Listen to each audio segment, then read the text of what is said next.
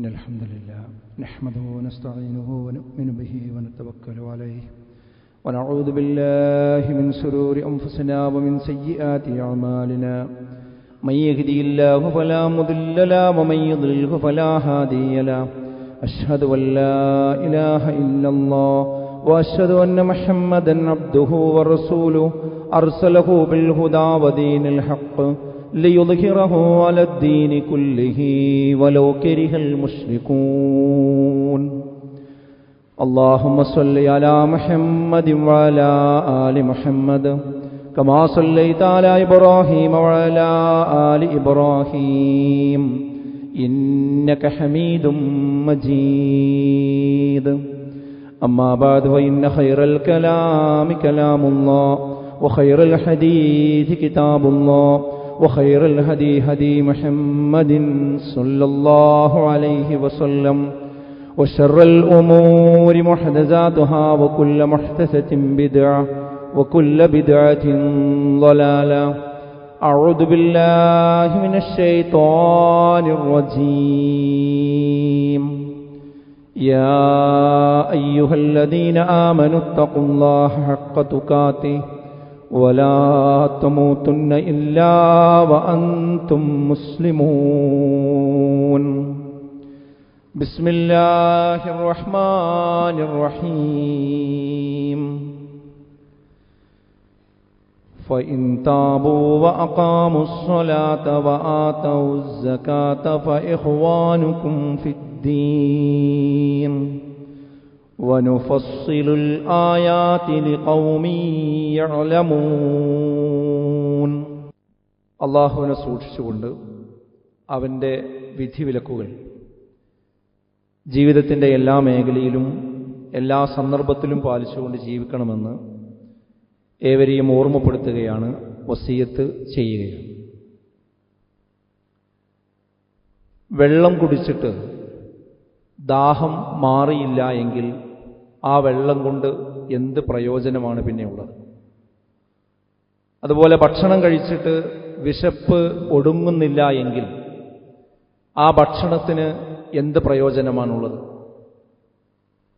മരുന്ന് കഴിച്ചിട്ടും രോഗത്തിന് യാതൊരു ശമനവും ഇല്ല എങ്കിൽ വീണ്ടും വീണ്ടും അതേ മരുന്ന് തന്നെ കഴിച്ചതുകൊണ്ട് പ്രത്യേകിച്ച് എന്ത് ഉപകാരമാണുള്ളത്? ഇങ്ങനെ നമുക്ക് പ്രയോജനപ്പെടാത്ത കാര്യങ്ങൾ ചെയ്തതുകൊണ്ട് പ്രത്യേകിച്ച് ഒരു കാര്യമല്ല.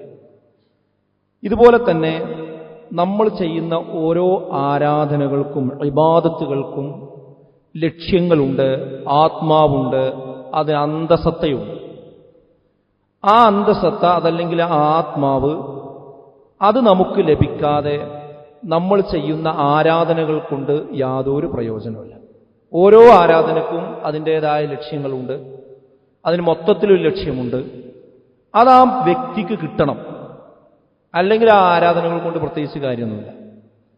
കുറേ ആരാധനകളും മേമ്പൊടികളും ചെയ്തു എന്നതുകൊണ്ടായില്ല. അതിൻ്റെ ഒരു അന്തസത്തയും ആത്മാവിലേക്കും ഇറങ്ങിച്ചെല്ലുമ്പോൾ മാത്രമേ അതിന് ലക്ഷ്യം നടക്കുള്ളൂ. അപ്പോൾ നമസ്കാരത്തിൻ്റെ കാര്യം നമുക്ക് പറയാം. നമസ്കാരത്തിൻ്റെ ലക്ഷ്യമായി ഖുർആൻ പറഞ്ഞത് എന്താ? ഇന്ന സ്വലാത്ത തൻഹാനിൽ ഫഹ്ശായി വൽ മുൻകർ.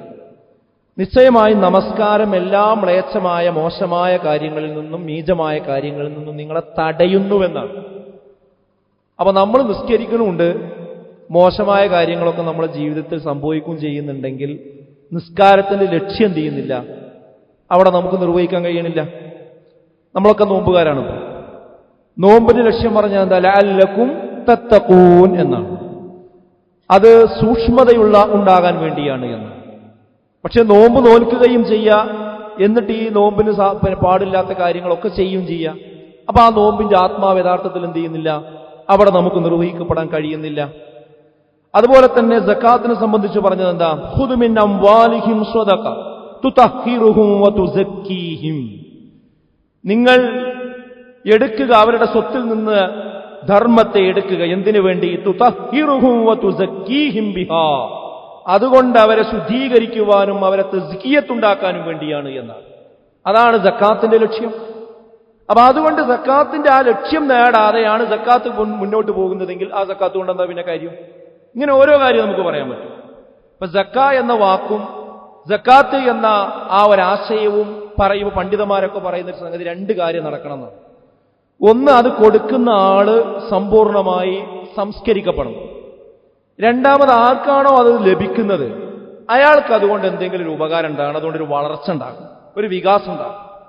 കൊടുക്കുന്നവൻ സംസ്കരിക്കപ്പെടുകയും വാങ്ങുന്നവന് അതുകൊണ്ട് ഒരു ജീവിതത്തിൽ ഒരു പുരോഗതി ഉണ്ടാവുകയും വളർച്ചയുണ്ടാവുകയും ചെയ്യുന്ന രീതിയിലായിരിക്കണമെന്ന് സക്കാത്ത് നടപ്പാക്കേണ്ടത് എന്ന് നമുക്ക് കാണാൻ സാധിക്കും.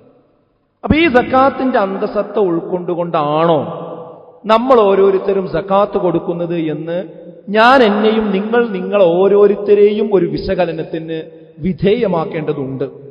സക്കാത്തിന്റെ മേഖല പറഞ്ഞാൽ ഇപ്പൊ നാട്ടിലുള്ള സമീപനങ്ങൾ എന്താണെന്ന് ചോദിച്ചാൽ, ചില ആളുകളോട് സക്കാത്ത് കൊടുക്കണില്ലേ എന്ന് ചോദിച്ചാൽ പറയാം എന്താണെന്ന്, ഞാനിപ്പോ ഈ വർഷത്തെ ഞാൻ കൊടുത്ത പിരിവുകൾ കൂട്ടി നോക്കിയാൽ ഇപ്പൊ കൊടുക്കേണ്ട സക്കാത്തിനേക്കാളും ഞാൻ കൊടുത്തിട്ടുണ്ടാവും. അങ്ങനെ ഒരു ആശ്വാസത്തിലും സമാധാനത്തിലും പോകുന്ന കുറെ ആൾക്കാരുണ്ട്. അതായത് അവിടെയും ഇവിടെയൊക്കെ കൊടുക്കുന്നപ്പോൾ ഇവിടുന്ന് ഇറങ്ങുമ്പോൾ നമ്മൾ ആ ബക്കറ്റിൽ കാശിടും. ഒരു ബസ് കയറിയ ഒരു യാചകൻ വന്ന അയാൾക്ക് എന്തെങ്കിലും കൊടുക്കും, വീട്ടുകാരെങ്കിലും വന്ന അയാൾക്ക് എന്തെങ്കിലും കൊടുക്കും. ഇങ്ങനെ അപ്പോഴും ഇപ്പോഴും കൊടുക്കുന്ന ആ കാശൊക്കെ എന്റെ സക്കാത്തിൽ അങ്ങോട്ട് പോയിട്ടുണ്ടാവും എന്ന മനസ്സമാധാനം കൊണ്ട് നടക്കുന്ന ആളുകളെ നമുക്ക് കാണാൻ പറ്റും. വേറൊരു വിഭാഗം ആരാന്ന് ചോദിച്ചാൽ, സക്കാത്ത് എന്ന് പറഞ്ഞാൽ കൊടുക്കും, എന്തെങ്കിലും ഒരു വിഹിതം കൊടുക്കും, ഒരു മൊത്തക്കണക്കിലൊരു സംഖ്യ, അത് കൃത്യമായി കണക്ക് കൂട്ടി കൊടുക്കുന്ന ശൈലിയും സ്വഭാവം ഒന്നും ഉണ്ടാവില്ല. പേടിയാണ് ചില ആളുകൾക്ക്. ഇപ്പൊ ഡോക്ടർമാർ പറയുമല്ലോ, എന്ത് നിങ്ങൾ ഈ ബ്ലഡ് ഒന്ന് ടെസ്റ്റ് ചെയ്യണം, നിങ്ങൾക്ക് എന്തോ ഒരു പ്രശ്നം ഉണ്ടോ എന്ന് സംശയമുണ്ട് എന്ന് പറഞ്ഞാൽ ചില ആളുകൾക്ക് ടെസ്റ്റ് ചെയ്യാൻ പേടിയാണ്. ടെസ്റ്റ് ചെയ്താൽ എന്തെങ്കിലും ഉണ്ടായാലോ എന്ന് വിചാരിച്ചതും പോക്കറ്റിൽ നടക്കുന്ന കുറേ മനുഷ്യന്മാരുണ്ട്. അത് ടെസ്റ്റ് ചെയ്താലും ഇല്ലെങ്കിലും ഉള്ളത് അവിടെ ഉണ്ടാവും ഉറപ്പല്ലേ. ഇതേപോലെ സക്കാത്ത് കണക്ക് കൂട്ടി അപ്പൊ കൊടുക്കണില്ലാതെ കൊടുക്കേണ്ടി വരുമെന്ന് വിചാരിച്ചിട്ട് കണക്ക് കൂട്ടാതെ അങ്ങനെ പോവുക. അത് കണക്ക് കൂട്ടിയാലും ഇല്ലെങ്കിലും അള്ളാഹിനടുത്ത് കണക്കുണ്ടെന്നുള്ളൊരു ഓർമ്മ നമുക്ക് വേണം. അങ്ങനെയുണ്ട് ചില ആൾക്കാർ. വേറൊരു വിഭാഗമാരാന്ന് ചോദിച്ചാൽ, സക്കാത്ത് കൊടുക്കും, ഇവിടെ ഒരു സക്കാത്ത് കൊടുക്കണവനാണ് എന്നുള്ളത് എന്ത് ചെയ്യും, നാട്ടുകാരൊക്കെ അറിയും ചെയ്യും. അത് അറിയണമെന്നുള്ളിൽ ചെറിയൊരു ആഗ്രഹമുണ്ട്. അങ്ങനെ ഒരു അനുയായി വൃന്ദത്തെ അവർക്ക് ചുറ്റും ഇങ്ങനെ സൃഷ്ടിച്ചു കൊണ്ടെടുക്കുന്ന ആൾക്കാരുണ്ട്. അങ്ങനെ ഒരു സക്കാത്ത് കൊടുക്കുന്ന സമയം എന്നിട്ട് അദ്ദേഹത്തിന്റെ ഗേറ്റിങ്ങും അദ്ദേഹത്തിന്റെ ഓഫീസിന്റെ മുമ്പിലും ആ സക്കാത്ത് വാങ്ങാൻ വേണ്ടി അതിന് ആളുകളെ തിരക്കും റെക്കമെൻഡും പരിപാടിയും കാര്യമൊക്കെ ആയിട്ട് ഇങ്ങനെ അതൊരു സിസ്റ്റമായിട്ട് ഇങ്ങനെ പോകുന്നൊരു സ്വഭാവം. അങ്ങനെ അദ്ദേഹം ഭയങ്കര സക്കാത്ത് കൊടുക്കുന്ന ആളാണെന്നുള്ളൊരു തോന്നലിൽ സക്കാത്ത് കൊടുക്കുന്ന സ്വഭാവം. വേറൊന്നും നമുക്ക് കാണാൻ പറ്റുന്നതെന്ന് വെച്ചാൽ, സക്കാത്ത് കൊടുക്കുന്നത് അതിന്റെ അവകാശികൾ കൈക്കൊള്ളണമെന്നൊന്നുമില്ല. അതിന്റെ 8 അവകാശികളുണ്ടായിരുന്നു, ആ 8 അവകാശികൾക്കേ കൊടുക്കാൻ പാടുള്ളൂ സക്കാത്ത്. അതൊന്നുമില്ല, ഏത് വകുപ്പിലും സക്കാത്ത്. അത് സക്കാത്തിന് അതിനെയും കുറിച്ചു അതെന്താ ഫീ സബീലില്ല എന്നൊരു വകുപ്പ് അതിലുണ്ടല്ലോ എന്ന്, ഫീ സബീലില്ല എന്നൊരു വകുപ്പ് അതിലുണ്ടല്ലോ, അപ്പൊ അതൊക്കെ അതിലാണ് പെട്ടോളും എന്നുള്ളതൊക്കെ എല്ലാത്തിനും സക്കാത്ത്. അങ്ങനെയാണെങ്കിൽ ആകെ ഫീ സബീലില്ല പറഞ്ഞാൽ മതിരുന്നല്ലോ. എന്തിനാ 8 പറഞ്ഞത്? എല്ലാം കൂടുതൽ ശരിക്കും ചിന്തിക്കേണ്ട കാര്യമാണ്. 8 എണ്ണാൻ കാരണം ആ ഫീ സബീലിലേക്ക് പ്രത്യേക അർത്ഥമാണ്.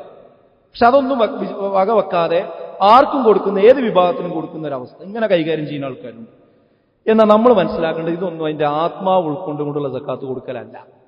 ശരിക്കും നമ്മൾ കറക്റ്റായിട്ട് അള്ളാന്റെ റസൂൽ എങ്ങനെയാണോ ഖുർആനിൽ പഠിപ്പിച്ചിട്ടുള്ളത്, ഹദീസിൽ പഠിപ്പിച്ചിട്ടുള്ളത്, അതുപോലെ സക്കാത്ത് കൊടുക്കണം, അതുപോലെ നോമ്പ് കൊടുക്കണം, അതുപോലെ ഹജ്ജ് ചെയ്യണം, അതുപോലെ റമദാൻ മാസം കൊണ്ടിടക്കണം. അപ്പോഴേ അതിന്റെ ആത്മാവ് നമ്മൾ ഉൾക്കൊള്ളുന്നു എന്ന് പറയാൻ കഴിയുള്ളൂ. അത് പറയുമ്പോ അങ്ങനെയൊന്നും കൊടുത്തില്ലെങ്കിൽ എന്താ കുഴപ്പം? സക്കാത്ത് യഥാവിധി കൊടുത്തില്ലെങ്കിൽ എന്താ കുഴപ്പം? ആ കുഴപ്പം ഞാൻ പറഞ്ഞുതരാം. ഒന്നെന്താണെന്നറിയോ? ഒന്നാമത്തെ കുഴപ്പം, നമുക്ക് നാളെ പരലോകത്ത് സ്വർഗം കിട്ടണമെങ്കിൽ ഈമാൻകാരും ഇസ്ലാംകാരുമാണെന്നുള്ള കാര്യത്തിൽ ആർക്കും തർക്കമില്ലല്ലോ. ഈമാൻകാരും വിശ്വസിക്കും വേണം, ഇസ്ലാംകാരും 5 ചെയ്യുമാണ്. ആ 5-ൽ 4-മത്തതാണ് വൈത്തായി സക്ക എന്ന് പറയുന്നത്, സക്കാത്ത് കൊടുക്കുക എന്ന് പറയുന്നത്. അത് അതിന്റെ മുറപ്രകാരം കൊടുത്തില്ലെങ്കിൽ ഇസ്ലാംകാര്യത്തെ ബാധിക്കും. ഒന്ന്. രണ്ടാമത്തെ വിഷയം എന്താ വെച്ചാൽ, സക്കാത്ത് കൊടുക്കാത്ത സ്വഭാവക്കാരെ പറഞ്ഞത് ആരോടാണെന്നറിയോ? അത് മുശ്രിക്കുകളുടെ വിശേഷണമാണെന്നാണ് ഖുർആൻ പറഞ്ഞത്. 41-ാം അധ്യായം 6ഉം 7ഉം ആയത്ത് നോക്കൂ നിങ്ങൾ. വവൈലുൽ ലിൽ മുശ്രിക്കീൻ, മുശ്രിക്കീങ്ങൾക്ക് നാശം. എന്താ കാര്യം? അല്ലദീന ലാ യൂതൂന സക്കാ, അവർ സക്കാത്ത് കൊടുക്കുകയില്ല. വഹും ബിൽആഖിറതിഹിം കാഫിറൂൻ, അവർക്ക് അന്ത്യദിനത്തിൽ പ്രത്യേകിച്ച് വിശ്വാസമല്ല. കാരണം പണം എടുത്തു കൊടുക്കണമെങ്കിൽ പരലോകത്തിൽ വിശ്വാസമുള്ളവനത് കഴിയുള്ളൂ, അല്ലെങ്കിൽ എന്റെ കാശ് പോയി എന്നാ തോന്നുന്നു. മനസ്സിലായോ? അപ്പോ മുശ്രിക്കീങ്ങളുടെ ലക്ഷണമാണ് എന്ത്, അത് കൊടുക്കാതെക്കുക എന്നുള്ളത്. പിന്നെ ഒരു ഇസ്ലാമിന്റെ കൂട്ടത്തിൽ അയാളെ എണ്ണണമെങ്കിൽ കുറച്ചുകൂടെ പൊളിച്ചു പറഞ്ഞാൽ, വ്യക്തമായി പറഞ്ഞാൽ, മുസ്ലിമീങ്ങളെ മറമാടുന്ന ശ്മശാനത്തിൽ മറമാടാൻ അയാൾക്ക് അതൊരു അർഹതയുണ്ടാകണമെങ്കിൽ എന്തു വേണം?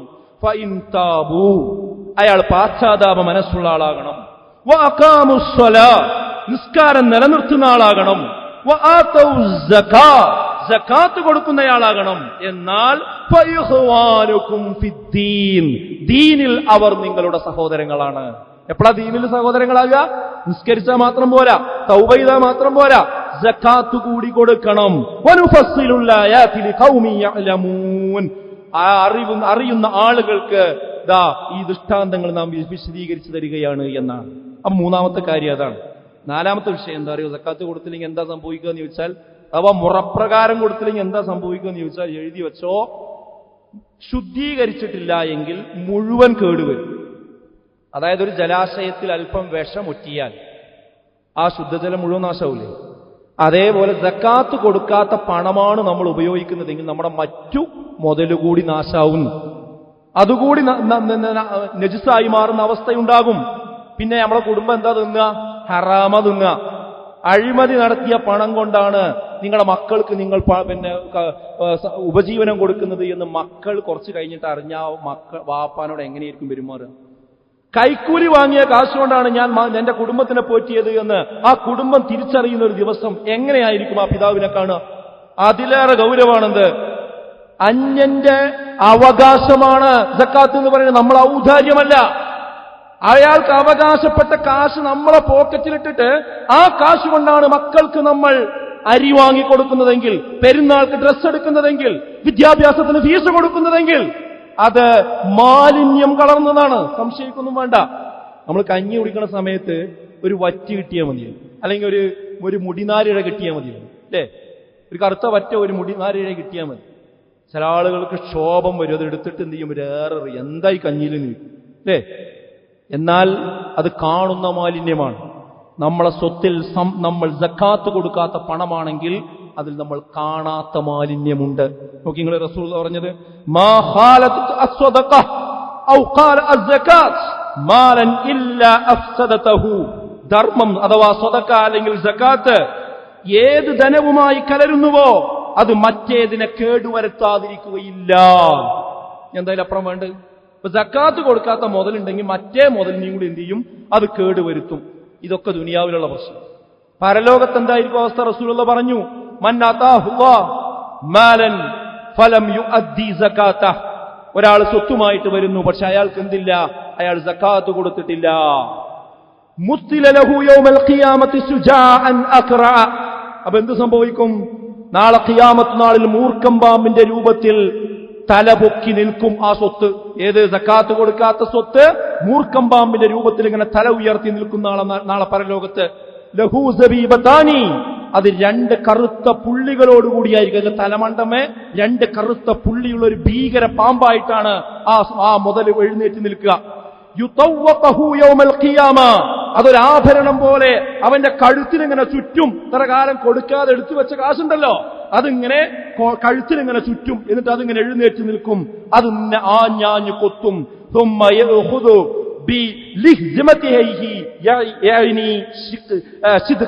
എന്നാണ്. അവന്റെ രണ്ട് ചുണ്ടുകൾ പിടിക്കും. രണ്ട് ചുണ്ടുകൾ പിടിച്ചു വെച്ച് അവൻ എന്ത് ചെയ്യും? സുമ്മ യഖൂലു, എന്നിട്ട് പറയും, അനമാലുക അനകൻസുക. നിന്റെ മാലാണ്, നിന്റെ നിധിയാണിത്. നീ എടുത്തു വെച്ചതുണ്ടല്ലോ, ആർക്കും കൊടുക്കാതെ വെച്ചതുണ്ടല്ലോ, സക്കാത്ത് കൊടുക്കാത്ത മുതലുണ്ടല്ലോ, ആ മുതലാണ് ഞാന് എന്ന് പറയുകയും ചെയ്യുമെന്നാണ്. മാത്രവുമല്ല, അത് പറഞ്ഞതിന് ശേഷം ഒരായത്തോതി റസൂലുള്ളാഹി സ്വല്ലല്ലാഹു അലൈഹി വസല്ലം. ഏതാണ് ആയത്ത്? വലാ യഹ്സബന്നല്ലദീന യബ്ഖലൂന ബിമാ ആതാഹുമുല്ലാഹു മിൻ ഫളിഹി. വലാ യഹ്സബന്ന, നിങ്ങൾ വിചാരിക്കേണ്ടതില്ല, അല്ലദീന യബ്ഖലൂന ബിമാ ആതാഹുമുല്ലാഹു മിൻ ഫളിഹി, അള്ളാഹു നിങ്ങൾക്ക് നൽകിയിരിക്കുന്ന ആ ഫളില് അത് കൊടുക്കാതെ നിങ്ങൾ പിശുക്കി പിടിച്ചു വെക്കുന്നത് ഹുവ ഖൈറൻ ലഹും, നിങ്ങൾക്ക് നല്ലീനാണ് നിങ്ങൾ കരുതണ്ട. അത് കൊടുക്കാത്തത് എന്താ? നമുക്ക് നല്ലീന വിചാരിച്ചിട്ട് നമ്മൾ എടുത്തേക്കണത്, നമ്മളെ തലമുറക്ക് വേണ്ടിയാണ് നമ്മൾ എടുത്തേക്കണത്. അല്ലാഹ് പറയാ ഹുവ ഖൈറൻ ലഹും ബൽ ഹുവ ശർറുൻ ലഹും, അത് നിങ്ങൾക്ക് ഷർറേ കൊണ്ടുവരികയുള്ളൂ. ഏതാണ് ആ ഷർറ്? സയുതവഖൂന മാ ബഖിലു ബിഹി, അത് നിങ്ങളെ കണ്ടാഭരണം അണിയിക്കുക തന്നെ ചെയ്യും. നേരത്തെ ഹദീസിൽ പറഞ്ഞ സംഭവം ഖുർആനിൽ ആവർത്തിക്കുകയാണ്. എന്ന് യൗമൽ ഖിയാമ, ഖിയാമത്ത് നാളില്. വല്ലാഹി മീറാസുസ് സമാവാതി വൽ അർള്, ആകാശഭൂമികളിലുള്ളത് മുഴുവൻ അള്ളാഹുവിന് അനന്തരമെടുത്തവനാണ്. വല്ലാഹു ബിമാ തഅമലൂന ഖബീർ. എല്ലാ കാര്യവും സൂക്ഷ്മമായി അള്ളാഹ്ക്ക് അറിയാം. പള്ളി കമ്മിറ്റിനെയും സക്കാത്ത് സെല്ലിനെയും ഒക്കെ നമുക്ക് പറ്റിക്കാൻ പറ്റും. എനിക്ക് സക്കാത്തില്ല എന്നൊക്കെയുള്ള ന്യായമൊക്കെ പറയാം.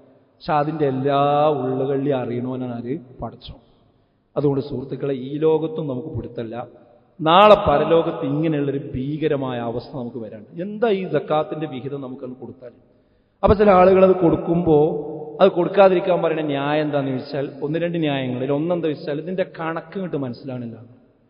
എത്ര സംശയം. ആ പണ്ഡിതനോട് ചോദിച്ചപ്പോൾ അങ്ങനെ പറഞ്ഞു, ഇയാളോട് ചോദിച്ചപ്പോൾ അങ്ങനെ പറഞ്ഞു. ആകെ ഞാൻ ആശയക്കുഴപ്പത്തിലാണ്. അതുകൊണ്ട് ഈ ആശയക്കുഴപ്പം തീരാത്തത് എന്താ അറിയോ? തീർന്ന അന്ന് കൊടുക്കേണ്ടി വരും. ഇത് തീരാൻ അത്ര വലിയ പണിയൊന്നുമില്ല. ഈ പറയുന്ന വ്യക്തികൾ തന്നെ നമ്മൾ പഠിച്ചു നോക്കിയാൽ മനസ്സിലാവും. അവർ വലിയ കച്ചവടക്കാരും ബിസിനസ്സുകാരും നല്ല വരുമാനമുള്ള ആളുകളുമാണ്. അപ്പോ ഗവൺമെന്റ് തന്റെ സ്വത്തുമ കൈവെക്കും, ടാക്സുമ കൈവെക്കും എന്ന് തോന്നിക്കഴിഞ്ഞാൽ എനിക്കിതിന്റെ GSTയും അതുപോലെ ടാക്സും മറ്റു സാധനങ്ങളൊന്നും എനിക്കറിയില്ല എന്ന് പറഞ്ഞാൽ നിൽക്കലുണ്ടോ? അതിന് പ്രത്യേക സ്റ്റാഫിനെ വെക്കും, CA-കാരനെ കാശ് കൊടുത്ത് വെക്കൂലേ? നമുക്കറിയില്ലെങ്കിൽ ഓഫീസ് ഇടും. എത്ര വലിയ ബിസിനസ്സാണോ അതിനനുസരിച്ച് ഒരു പ്രത്യേക ഓഫീസ് അവിടെ ഉണ്ടാവും. അവനതിന്റെ ടാക്സും മറ്റു കാര്യങ്ങളും ഒക്കെ ക്രമീകരിക്കാനും അത് സമയത്തിന് റിട്ടേൺ കൊടുക്കാനും ഒക്കെ നമ്മൾ കൃത്യമായിട്ട് ഏർപ്പാട് ചെയ്യും. അതെന്താ സംഭവം? ഗവൺമെന്റ് വരേണ്ട വൈക്കിന് വരുന്നു മനസ്സിലാവും. അതുകൊണ്ട് തന്നെ ചെയ്യും. അപ്പൊ എനിക്കിത് അറിയില്ല, എനിക്ക് അവിടെ ചോദിച്ചപ്പോൾ ഇങ്ങനെ പറഞ്ഞത്, ഇവിടെ ചോദിച്ചപ്പോൾ ഇങ്ങനെ പറഞ്ഞത് എന്നൊന്നും ആരും പറയില്ല. അത് ക്ലിയറായിട്ട് നമുക്ക് എല്ലാവർക്കും ചെയ്യാൻ അറിയും. എന്നാലേ പടച്ചോൻ പരലോകത്ത് പിടിക്കും. ഇതൊക്കെ പാമ്പായിട്ട് കൊത്തുന്ന് പറയുമ്പോൾ ഒരു ബേജാറുമില്ല. അതെന്താ സംഭവം? പരലോകം ഉണ്ട് എന്നുള്ളത് മനസ്സിൽ കയറിയിട്ടില്ല. വേറെ കാരണം ഇതിന് തിരഞ്ഞെടുക്കണ്ട. ഗവൺമെന്റ് വരും എന്നുള്ളത് അറിയാം, ബോധ്യമുണ്ട്. നാളെ പരലോകത്ത് ഇങ്ങനെ സംഭവം ഉണ്ടാകും എന്നുള്ള ബോധ്യപ്പെട്ടിട്ടില്ല. അതാണ് ബോധ്യപ്പെട്ട പിന്നെ സംശയം തീരാൻ അധിക സമയമൊന്നും വേണ്ടില്ല. വളരെ പെട്ടെന്ന് തീർക്കാവുന്ന സംഭവമുള്ള സുഹൃത്തുക്കൾ. ഇത് രണ്ട് നിബന്ധനയാണ് പ്രധാനം. ഒന്ന് നിസാബ് ഒക്കണം, അതിന്റെ അളവൊക്കണം. മറ്റൊന്ന് അതിന്റെ ഹൗൽ ഒക്കണം, അതായത് വർഷം തികയണം. ഒരു സ്വത്ത് നമ്മുടെ കയ്യിൽ ഒരു വർഷം മുഴുവൻ നിൽക്കണം. ഒരു അറബി വർഷം ഹിജ്റ വർഷം മുഴുവൻ നിൽക്കണം. അത്രേ ഉള്ളൂ. അപ്പൊ ഈ നിസാബ് എന്നൊക്കെ പറയുമ്പോൾ നമുക്ക് മനസ്സിലായി കിട്ടൂല. വളരെ ലളിതാണ്. 590 ഗ്രാം വെള്ളിയുടെ കാശ് നമ്മുടെ അടിസ്ഥാന ചെലവ് കഴിച്ച് നമ്മുടെ കയ്യിൽ ഒരു വർഷമുണ്ടെങ്കിൽ അതിന്റെ 2.5% കൊടുക്കും. അത്രേ ഉള്ളൂ. 590 ഗ്രാം വെള്ളിയുടെ പണം അടിസ്ഥാന ചെലവ് കഴിച്ച് മുഴുവൻ കൊടുക്കണ്ട. നമ്മുടെ ബേസിക് ചെലവുകൾ കഴിച്ച്, അത് ബേസിക് ചെലവ് എന്ന് പറഞ്ഞാൽ എന്താ? അത് ആപേക്ഷികമാണ്. ഓരോരുത്തർക്കും വ്യത്യാസമായിരിക്കും ചെലവുണ്ടാകും. ഭക്ഷണം, വസ്ത്രം, പാർപ്പിടം, മരുന്ന്, വിദ്യാഭ്യാസം, ഇങ്ങനെയുള്ള കാര്യങ്ങൾക്കുള്ള അടിസ്ഥാന ചെലവ് കഴിച്ചിട്ട് ബാക്കി നമുക്ക് ഈ 590 ഗ്രാം വെള്ളിയുടെ കാശിന്റെ കാശ് നമ്മുടെ കയ്യിൽ ഒരു വർഷം നമ്മുടെ കയ്യിലുണ്ടെങ്കിൽ അതിന്റെ 2.5% കൊടുക്കേണ്ടുള്ളൂ. അത് മുഴുവൻ കൊടുക്കേണ്ട കാര്യമൊന്നുമില്ല. 2.5% കൊടുക്കേണ്ടുള്ളൂ. ഇപ്പൊ നമുക്കൊരു എക്സാമ്പിൾ നോക്കാം. ഇപ്പൊ വെള്ളിക്ക് എത്ര കാശ്? ഇപ്പൊ ഏകദേശം 110 രൂപയാണെന്ന് തോന്നുന്നു. 110, 110 എന്നൊക്കെ കാണുന്നുണ്ട്. 110 കൂട്ടുക. 110 രൂപ ഇപ്പൊ കണക്കാക്കിയാൽ 590 ഗ്രാമത്തിലുണ്ടാകുക 64,900 രൂപ ഉണ്ടാവും. 64,900 രൂപ അടിസ്ഥാന ചെലവ് കഴിച്ച് നമ്മളെ കയ്യിലുണ്ടെങ്കിൽ അത് കൊടുക്കണം എന്നല്ല ചില ആൾക്കാർ ധാരണ, അതാണ് കൊടുക്കണം എന്നാണ്. അതല്ല, അതിന്റെ 2.5% അത്രേ കൊടുക്കേണ്ടുള്ളൂ. ആ 2.5% എന്ന് പറഞ്ഞാൽ എത്രയെന്നറിയോ? 1,622 രൂപ. ക്ലിയർ ആയില്ലേ നമ്മളെ കൊല്ലം? ഇത്രേ ഉള്ളൂ വിഷയം. ആ 1,622 രൂപ കൊടുത്താൽ ആ വിഷയം തീർന്നു. ഉദാഹരണം പറയാം, ഇപ്പൊ 10,000 രൂപ ശമ്പളമുള്ള ഒരാളാണ് വിചാരിക്കും. അയാൾക്കൊരു വർഷം 1,20,20,000 രൂപ കിട്ടും. അപ്പൊ ഒരു അടിസ്ഥാന ചെലവിലേക്ക് നമ്മളൊരു ഊഹം വെച്ച് കണക്ക് കൂട്ടുക. ഒരു 60,000 രൂപ അടിസ്ഥാന ചെലവൊക്കെ മാറ്റി വെച്ചു. ബാക്കിയുള്ള കാശ് എത്ര? 60,000 അയാൾക്ക് സക്കാത്തില്ല. എന്തേ കാരണം? 65 തികഞ്ഞില്ല, 64 തികഞ്ഞില്ല, നിസാബ് ഒത്തില്ല. അതാണ് ഈ നിസാബ് പറയുന്ന പരിപാടി. അപ്പൊ അയാൾക്ക് സക്കാത്ത് കൊടുക്കണ്ട. എന്നാൽ 25,000 രൂപ ശമ്പളമുള്ള ഒരാളാന്ന് വിചാരിക്കും. അപ്പൊ അയാൾക്ക് ഒരു വർഷത്തിൽ എത്ര ഉണ്ടാവും? ഒരു 3 ലക്ഷം രൂപ കിട്ടും. ആ 3 ലക്ഷത്തിൽ നിന്ന് അതിന്റെ ഒരു പകുതി കാശ് അയാൾ അടിസ്ഥാന ചെലവുക്ക് പോയി എന്ന് നമ്മൾ സങ്കല്പിക്കുക. ഒരു 1.5 ലക്ഷം രൂപ ബാക്കി ഉണ്ടാവും. 1.5 ലക്ഷം ബാക്കി ഉണ്ടെങ്കിൽ അയാൾ എന്ത് ചെയ്യണം? 1.5 ലക്ഷത്തിന്റെ 2.5% കൊടുക്കണം. എത്ര ഉണ്ടാവും? 3,750 രൂപ. ആ 3,750 രൂപ ഒരു സക്കാത്തിന്റെ നിയ്യത്തും വെച്ചാൽ കൊടുത്ത വിഷയം തീർന്നുപോയി. ഇവിടെ ഒരു ഹോട്ടൽ കയറിയിട്ട് 2 ആൾ മന്തി എന്നുള്ള കാശില്ല. ഇത് കൊടുക്കാനാണ് ഇങ്ങനെ തലമ ചൊറിഞ്ഞു കിട്ടുന്നത്. എനിക്ക് അങ്ങനെ മനസ്സിലാണില്ല, ഇങ്ങനെ മനസ്സിലാണില്ല. പിന്നെ ഇതിലേറെ കൊടുക്കണതോ അതിലേറെ ഉണ്ടായിട്ടല്ലേ? ഇതിലേറെ കൊടുക്കേണ്ടി വരുന്നത് അതിലേറെ ഉണ്ടായിട്ടാണ്. ഇതേ ചോദിക്കണുള്ളൂ. അള്ള പറയുന്നത് ഞാൻ തന്നതിൽ നിന്ന് നിങ്ങൾ ചെലവഴിക്കണം എന്നാണ്. സ്വർണം ഉപയോഗിക്കുന്ന സ്വർണത്തിനില്ല, എന്നാൽ അത് 10 പവന് കൂടുതലുണ്ടെങ്കിൽ 10 പവനും കൊടുക്കണം. 10 പവനും കൊടുക്കണം. അത്രേ അതിന്റെ 2.5% കൊടുക്കണം. ഉദാഹരണം പറയുകയാണെങ്കിൽ 40 പവൻ ഒരു സ്ത്രീന്റെ കയ്യിലുണ്ടെങ്കിൽ 1 പവനാണ് കൊടുക്കണം. അതിനെ തൊട്ട് 1 പവനാണ് കൊടുക്കണം. 1 പവനോ? 40 പവൻ ഉണ്ടായിട്ടാ ചോദിക്കുന്നത്. ആ 40 പവൻ ഇസ്ലാമിന്റെ കണ്ണിൽ അലമാരയിൽ വെക്കാൻ പാടില്ല. അത് സമൂഹത്തിൽ റൊട്ടേറ്റ് ചെയ്യേണ്ട പണമാണ്. സമൂഹത്തിൽ റൊട്ടേറ്റ് ചെയ്യേണ്ട പണം. അല്ലെങ്കിൽ നിങ്ങൾ പിന്നെ 39 40 പവൻ എന്ത് ചെയ്യുക? വേറെ എന്തെങ്കിലും കാര്യത്തിൽ ഇറക്കുക. അതുകൊണ്ട് ഭൂമി വാങ്ങാം. ഭൂമിക്ക് സക്കാത്തില്ല. പക്ഷെ സമ്പത്തായിട്ട് അലമാരയിൽ വെക്കാൻ പാടില്ല. വെക്കുകയാണെങ്കിൽ അതിന്റെ ഹക്ക് കൊടുക്കണം. അത്രേ ഉള്ളൂ. നമ്മളെ സഹോദരിമാരൊക്കെയാണ് വിചാരിച്ച ഇവിടെ ഒരു പട്ടിണി ഉണ്ടാവില്ല, എല്ലാവരും സക്കാത്ത് കൃത്യമായിട്ടാണ് കൊടുക്കാൻ വിചാരിച്ചത്. അപ്പൊ ആ രീതിയിലേക്ക് കൊടുക്കണം. ഇതാണ് ഒരു ന്യായം. കണക്കറിയില്ല, അത് ആ ന്യായം നമ്മൾ പറയേണ്ട. ഇനി ഇതിന്റെ വിശദാംശം ഇനി ആരോടും ചോദിച്ചാൽ കിട്ടാവുന്നതേ ഉള്ളൂ. വേറെ ന്യായം എന്താ അറിയോ? ചില ആൾക്കാർ പറയുന്നത് വെച്ചാല് ഞാൻ കൊടുക്കലൊക്കെ ഉണ്ടെങ്കിൽ സംഘടിതമായി തന്നെ കൊടുക്കണം എന്ന് പറയുമ്പോഴാണ് പ്രശ്നം. അത് എനിക്ക് കഴിയില്ല എന്നില്ല. അവിടെ നമ്മൾ മനസ്സിലാക്കേണ്ടത് എന്താ അറിയോ? ഇസ്ലാമിൽ എല്ലാ ഇബാദത്തും സംഘടിതമായിട്ട് ചെയ്യാൻ പറ്റും. എല്ലാതും അങ്ങനെയാണ്. ഇപ്പൊ നിസ്കാരം റുക്കൂ ചെയ്യുന്നവരോടൊപ്പം റുക്കൂ ചെയ്യുക, സുജൂദ് ചെയ്യുന്നവരോടൊപ്പം സുജൂദ് ചെയ്യുക. ജമാഅത്തല്ലേ നിസ്കാരം. നമുക്ക് ഒറ്റയ്ക്ക് നിസ്കാര സമയമല്ല, ഒന്നിച്ചാണ് നിസ്കാരം. നോമ്പ് എനിക്ക് സൗകര്യം ഇപ്പോ ചൊവ്വാൽ മാസത്തിലാണ്, പറ്റുമോ? ഇല്ല, റമദാനിൽ നോമ്പ് കൊടുക്കണം. എല്ലാവരും ഒപ്പം തുടങ്ങി ഒപ്പം അവസാനിപ്പിക്കണം, ഒന്നിച്ചാണ്. ഹജ്ജ് എനിക്ക് സൗകര്യം ഉണ്ടാവുമ്പോൾ പോയി ഹജ്ജ് ചെയ്യാൻ പറ്റും. ഹജ്ജിന് സമയമുണ്ട്. ആ സമയത്ത് എല്ലാവരും പാടെ കൂടി ഒരുമിച്ചാണ് പോയി ഹജ്ജ് ചെയ്യുക. അതിന്റെ തവാഫും കാര്യങ്ങളും ഒക്കെ സൈയൊക്കെ ഒരുമിച്ചാണ്. ഒക്കെ വ്യക്തിപരമായി ചെയ്യുന്ന കാര്യം തന്നെ സംഘടിതമായിട്ടാണ് ഇതിന്റെ സ്വഭാവമുള്ളത്. അതിന് സക്കാത്തിന് മാത്രം എടുത്തിട്ട് അത് മാത്രം അങ്ങനെയല്ല എന്ന് പറയുന്ന ശൈലി ശരിയല്ല. അതിനെക്കുറിച്ചുള്ള ഹദീസ് ഒന്ന് നോക്കി നിങ്ങൾ.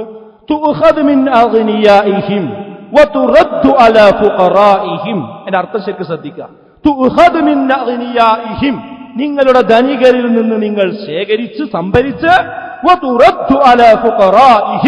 നിങ്ങളിലെ ദരിദ്രന്മാർക്ക് നിങ്ങളത് വിതരണം ചെയ്യുക. അവിടെ ഒരു പ്രൊസീജിയർ വന്നു. നേരിട്ട് മുതലാളി പിന്നെ വനിയായ ആള് ഫക്കീറിനാണ് കൊടുക്കുക എന്നല്ല പറഞ്ഞത്. ഖനീന്റെ ഒക്കെ വാങ്ങി ഫുഖറായിലാണ് കൊടുക്കുക. ഈ വാങ്ങി കൊടുക്കുന്ന ഏർപ്പാടിനാണ് എന്ത് ഇതിന്റെ സംവിധാനം എന്ന് പറയാം. അതാണ് സംഘടിതം എന്ന് പറയാം. വല്ലാമിലീന അലൈഹാ, സക്കാത്തിന് അവകാശികൾ 8 പറഞ്ഞ കൂട്ടത്തിൽ ഒരു കൂട്ടരാണ് എന്ത് സക്കാത്തിന് വേണ്ടി പണിയെടുക്കുന്നവർ. അതിന്റെ അർത്ഥം എന്താ? ഈ ഓഫീസ് പണി എടുക്കുന്ന ആൾക്കാരാണ്. ഈ ഓഫീസ് പണി വരുന്നത് എന്തുകൊണ്ടാ? ഇത് വാങ്ങലും കൊടുക്കലും വലിയൊരു പണിയാണ്. ഇത് റസൂലുള്ളാഹിന്റെ കാലത്ത് ബൈത്തുൽമാലിലായിരുന്നു, ബൈത്തുൽമാലിൽ ഏൽപ്പിക്കായിരുന്നു. അവിടുന്ന് റസൂലുള്ളാഹിയാണ് അത് വിധാനം ചെയ്തിരുന്നത്. അപ്പൊ ആൾക്കാർ പറയണേ, ഞാൻ എന്താ നമ്മളെ നാട്ടിലറിയാം, നമ്മളവിടെ ഇസ്ലാമിക ഗവൺമെന്റ് ഒന്നും ഇല്ലല്ലോ, അത് ഗവൺമെന്റ് ഉള്ളിടത്തല്ലേ ചെയ്യേണ്ടുള്ളൂ. ഇസ്ലാമിക രാജ്യങ്ങളിൽ ഗവൺമെന്റ് ചെയ്യുന്ന എല്ലാ പണി നമ്മളെ നാട്ടിൽ നമ്മളെ മഹല്ല ചെയ്യണം. ഇസ്ലാമിക രാജ്യത്ത് പള്ളി ഉണ്ടാക്കുന്നത് ആരാ? വ്യക്തികളെ. പള്ളി വ്യക്തികൾ ഉണ്ടാക്കുകയാണെങ്കിൽ ഗവൺമെന്റിന് കാശ് കൊടുക്കുക, എന്നിട്ട് ഗവൺമെന്റ് ഉണ്ടാക്കുക. ആരാ? അതിന് പ്രത്യേക വകുപ്പുണ്ട് അവിടെ, ഔക്കാഫുണ്ട് അവിടെ, മതകാര്യ വകുപ്പുണ്ട് അവിടെ. ആ മതകാര്യ വകുപ്പാണ് അവിടുത്തെ ഖത്തീബുമാരെ നിശ്ചയിക്കുക. ബാക്കി കാര്യങ്ങളൊക്കെ അവരാ ചെയ്യണം. അവിടെ മതപരമായ എല്ലാ കാര്യങ്ങളും അവരാ ചെയ്യണത്. അപ്പൊ ഇവിടെ നമ്മൾ പള്ളി നമുക്ക് ഉണ്ടാക്കാം, നിസ്കാരം നമുക്ക് നടത്താം, വേറുള്ള കാര്യങ്ങളൊക്കെ നമുക്ക് ചെയ്യാം. സക്കാത്തിന്റെ കാര്യം മാത്രം അത് ഗവൺമെന്റ് ഉണ്ടെങ്കിലേ നടത്തേണ്ടുള്ളൂ. പറഞ്ഞില്ല എങ്ങനെ? അതും നടത്തണം. അതും നമ്മളിവിടെ അങ്ങനെ നടത്തണം. ഇത് പിന്നെ ഇസ്ലാമിക രാജ്യമല്ല എന്നും പറഞ്ഞിട്ട് സംഘടിത സക്കാത്തില്ല എന്നുള്ളത് ജനങ്ങളെ സക്കാത്ത് നിന്ന് അകറ്റാൻ മാത്രമേ കാരണമാകൂ. ചെറിയ വിഷയമല്ല സുഹൃത്തുക്കൾ. അതുകൊണ്ട് ആ ന്യായം നമ്മൾ പറയരുത്. സക്കാത്ത് എന്ന് പറയുന്നത് നമ്മുടെ ഒരു അനുയായി വൃന്ദം ഉണ്ടാക്കാനുള്ള പരിപാടിയാണ്. ആ വാങ്ങുന്ന വ്യക്തിക്ക് ധാര സക്കാത്താന്ന് തന്നെ അറിയാൻ പാടില്ല. അയാൾ അത് അഭിമാനത്തോടു കൂടി വാങ്ങി ഉപയോഗിക്കാൻ പറ്റണം. അല്ല നമ്മളെ വീട്ടിൽ വരുന്നവർക്ക് ഇങ്ങനെ കൊടുത്ത് പിന്നെ നമ്മളെ കാണുമ്പോൾ അവരിങ്ങനെ ഒന്ന് സുജൂദ് ചെയ്യേണ്ട സ്വഭാവത്തേക്ക് നമുക്ക് സക്കാത്ത് കൊണ്ടുവരാൻ പാടില്ല. സക്കാത്ത് അവരെ അവകാശത്തിൽപ്പെട്ടതാണ്. ആ അവകാശം നമ്മൾ ഒരു കമ്മിറ്റിനെ ഏൽപ്പിക്കുക, അത് അവർ അർഹതപ്പെട്ട രീതിയിൽ എന്ത് ചെയ്യുക? ചെലവഴിക്കുക. അപ്പൊ ആ രീതിയിലേക്ക് കാര്യങ്ങൾ ശ്രദ്ധിക്കണം. അപ്പൊ സക്കാത്ത് എന്ന് പറയുന്നത് ആത്മാവ് ഉൾക്കൊണ്ടുകൊണ്ട് കൊടുക്കുന്ന രീതി വേണം. എപ്പോഴാ പടച്ചോ നമ്മളെ മരിപ്പിക്കാൻ അറിയില്ല. ആ മരിക്കണ സമയത്ത് സക്കാത്ത് കൊടുക്കാതെയാണ് നമ്മൾ മരിച്ചു പോകണതെങ്കിൽ അതിന്റെ കെട്ടുപാണ്ട് വഹിച്ചായിരിക്കും അള്ളാന്റെ മുമ്പിൽ ചെല്ലേണ്ടി വരും. അള്ളാഹു നമ്മെ ഏവരെയും കാത്ത് രക്ഷിക്കുമാറാകട്ടെ. അൽഹംദുലില്ലാഹ് വസ്സലാത്തു വസ്സലാമു അലാ റസൂലില്ലാഹ് വഅലാ ആലിഹി വസ്സഹ്ബിഹി അജ്മഈൻ. അമ്മാ ബഅദ്. ബഹുമാന്യരായ സത്യവിശ്വാസികളെ, വിശ്വാസികളെ, അള്ളാഹുവിനെ സൂക്ഷിച്ച് ജീവിക്കണമെന്ന് ഒരിക്കൽ കൂടി ഓർമ്മപ്പെടുത്തുകയാണ്, വസിയത്ത് ചെയ്യുകയാണ്. ഇന്ന് ഇൻഫർമേഷന്റെ ഒരു ലോകമാണ്.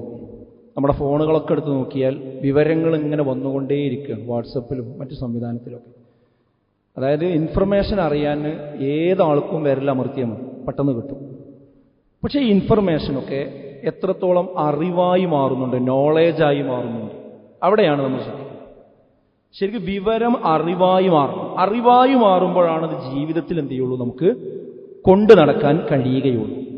നമ്മളത് എത്രത്തോളം ചെയ്യുന്നുണ്ട് എന്ന് നമ്മളൊന്ന് വിശകലനം ചെയ്യണം. അത് ഞാനൊരു എക്സാമ്പിൾ പറയാം. ഇപ്പം ഇന്ന് വൈകുന്നേരം മുതലുള്ള മണിക്കൂറുകളെ കുറിച്ച് നമുക്കൊരു വിവരമുണ്ട്. ഇപ്പൊ അതിന് 40 വയസ്സായ ഒരാൾ ഈ ഖുതുബ കേൾക്കുന്നുണ്ടെങ്കിൽ അയാൾക്ക് ബുദ്ധി വെച്ചിട്ട് 40 വയസ്സ് വരെയും കേട്ടൊരു വിവരമാണ് ഞാൻ പറയുന്നത്. 1 വർഷമല്ല 2 വർഷമല്ല, എല്ലാ റമദാനിലും കേൾക്കുന്ന ഒരു വിവരം. ആ വിവരം നമുക്കൊരു അറിവായി മാറിയിട്ടുണ്ടോ എന്നാണ് നമ്മൾ ശ്രദ്ധിക്കേണ്ടത്. എന്താണ് ആ വിവരം എന്നറിയോ? തഹറൂ ലൈലത്തുൽ ഖദ്രി ഫിൽ വിത്രി മിനൽ അശ്രിൽ അവാഖിരി മിനൽ റമളാൻ. ലൈലത്തുൽ ഖദറിന്റെ ആ ഒറ്റയിട്ട രാവുകൾ, അവസാനത്തെ റമളാനിന്റെ അവസാനത്തെ 10 ഒറ്റയിട്ട രാവുകളിൽ ലൈലത്തുൽ ഖദറിനെ നിങ്ങൾ പ്രതീക്ഷിക്കണം. ഇത് എത്ര കാലമായി നമ്മൾ കേൾക്കാൻ തുടങ്ങിയിട്ട്? ഇതൊരു ഇൻഫർമേഷനാണ്. പക്ഷെ അതൊരു അറിവായി നമ്മുടെ ജീവിതത്തിൽ മാറിയിട്ടുണ്ടോ? അഥവാ അതിനെ നമ്മൾ പ്രതീക്ഷിക്കുന്ന ഒരു അവസ്ഥയ്ക്ക് എത്രത്തോളം മാറിയിട്ടുണ്ട്? മറ്റൊരു വിവരം നമ്മൾ കേൾക്കുന്നതാണ് എന്ത്? കാന റസൂലുള്ളാഹി സ്വല്ലല്ലാഹു അലൈഹി വസല്ലം, അല്ലാഹുവിന്റെ റസൂലായിരുന്നു എങ്ങനെ? ഇദാ ദഖലൽ അശ്റു അഹ്യൽ ലൈൽ വഅയ്ഖല അഹ്ല വജദ്ദ വശദ്ദൽ മിഅ്സറ. റസൂലുള്ളാഹി അവസാനത്തെ 10 പ്രവേശിച്ചാൽ രാത്രിയെ ജീവിപ്പിക്കും, വീട്ടുകാരെയൊക്കെ വിളിച്ചുണർത്തും, അതിനുവേണ്ടി പരിശ്രമിക്കും. വശദ്ദ മിഅ്സറ, അരമുറുക്കിയെടുക്കും. അതായത് അവസാനത്തെ 10 ഇനിയൊന്ന് ഒരുങ്ങണം, ഇനി എനിക്ക് പരമാവധി തൗബ ചെയ്യണം, പശ്ചാത്തപിക്കണം, നന്മ വാരിക്കൂട്ടണം, ആ ലൈലത്തുൽ ഖദറിന്റെ മഹത്വം കിട്ടണം, എനിക്ക് മാത്രമല്ല എന്റെ ഭാര്യയ്ക്ക് കിട്ടണം, എന്റെ മക്കൾക്ക് കിട്ടണം, എന്റെ കുടുംബത്തിന് കിട്ടണം. അങ്ങനെ ഒരുക്കം, അങ്ങനെ റസൂലുള്ളാഹി സ്വല്ലല്ലാഹു അലൈഹി വസല്ലം ഒരുങ്ങാറുണ്ടായിരുന്നു എന്നത് എത്രയോ വർഷങ്ങളായി നമ്മൾ കേൾക്കാറുള്ളൊരു വിവരമാണ്. പക്ഷെ ആ വിവരം എത്രത്തോളം നമുക്കൊരു അറിവായി മാറ്റിയെടുക്കാൻ നമുക്ക് കഴിഞ്ഞിട്ടുണ്ട്? അതുപോലെ ലൈലത്തുൽ ഖദ്ർ ഖൈറും മിൻ അൽഫി ശഹർ. ലൈലത്തുൽ ഖദറിന്റെ ദിവസത്തിൽ നമ്മൾ എന്തെങ്കിലും കാര്യങ്ങൾ ചെയ്താൽ അതെത്രയാണ്? 1000 മാസങ്ങളെക്കാൾ പ്രതിഫലമുള്ളതാണ് എന്നാണ്. അഥവാ 83 വർഷം ഈ ഭൂമിയിൽ ജീവിച്ചതിന് തുല്യാണ്. നമ്മളൊന്ന് ആലോചിച്ച് നോക്കി. ഏതൊരു ഡോക്ടർ അയാളുടെ ജീവിതം ഏകദേശം 70-75 വയസ്സിൽ ജീവിതം മുന്നോട്ട് പോകാൻ വേണ്ടി അദ്ദേഹത്തിന്റെ പല അവയവങ്ങളും നഷ്ടപ്പെട്ടപ്പോൾ അതൊക്കെ രണ്ടാമത് വെച്ചു പിടിപ്പിച്ചു. കോടികളാണ് അത്ര ചെലവാക്കി.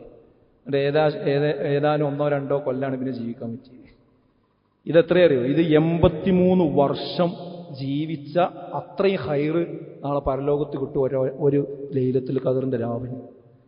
ആ ഗൗരവം നമുക്കൊരു അറിവായി നമ്മളെടുത്തുണ്ട്. പക്ഷെ എത്രത്തോളം ആ ദിവസത്തെ ഉപയോഗപ്പെടുത്തണം നമുക്ക് തോന്നിയിട്ടുണ്ട്?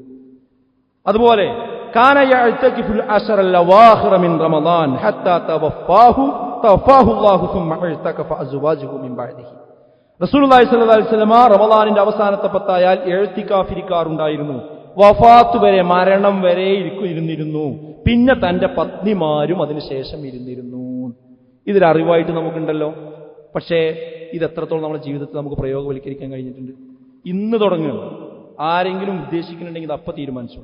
ഇന്ന് മഗ്രിബോട് കൂടി അവസാനത്തെ 10ന്റെ 21ാമത്തെ രാവിലേക്ക് നമ്മൾ പ്രവേശിക്കണം ഇൻഷാ അല്ലാഹ്. നമ്മൾ എത്ര ആൾ പ്ലാൻ ചെയ്തിട്ടുണ്ട്? ഈ ഒറ്റയിട്ട രാവ് ഒന്ന് കൈപ്പിടിയിൽ ഒതുക്കണം. കഴിയുന്ന ആളുകളൊന്നും എഴുത്തിക്കാഫിരിക്കണം. എത്ര ആൾ നിയ്യത്ത് വെച്ചിട്ടുണ്ട്? ഇല്ലെങ്കിൽ ഇപ്പൊ വെച്ചോളൂ, ഞാൻ അടുത്ത കൊല്ലത്തേക്ക് വെക്കണ്ടെന്ന് ഞാൻ വേണം. അടുത്ത കൊല്ലത്തേക്ക് വെക്കണ്ടെന്ന് ഞാൻ പറയാൻ കാരണം എന്താ അറിയോ? കഴിഞ്ഞ കൊല്ലം അങ്ങനെ നീട്ടിവെച്ചവരുണ്ടായിരുന്നു. അവരിന്ന് ഭൂമിയുടെ പുറത്തല്ല, മണ്ണിനടിയിലാണ്. അവരാരും വിചാരിച്ചിട്ടില്ല ഈ റമളാൻ ഉണ്ടായില്ല. അടുത്ത വർഷം നമുക്ക് ആരോഗ്യം ഉണ്ടാവും എന്ന് പറയാൻ പറ്റുമോ? നമുക്ക് നോമ്പെടുക്കാൻ കഴിയുമെന്ന് പറയാൻ പറ്റുമോ?